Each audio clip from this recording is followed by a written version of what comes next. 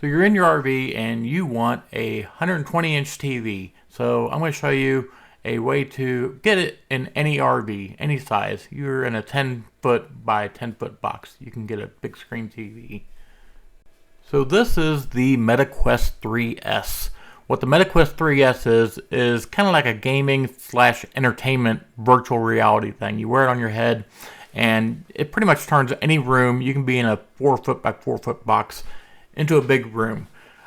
This is an example of the big screen TV, so it doesn't look as high resolution on this view because it's a recording of it, but it's probably really close to 1080p is what the end result is of this. So here's an example of one of the movies. This is just a trailer of a movie right now. We've been gone a long time. We back now. So you can see the sound quality is really good. The theater quality is excellent. This thing wraps around your body, so it's like having a 120-inch TV screen right in front of you. It also has games and stuff like that, but I generally use it for entertainment.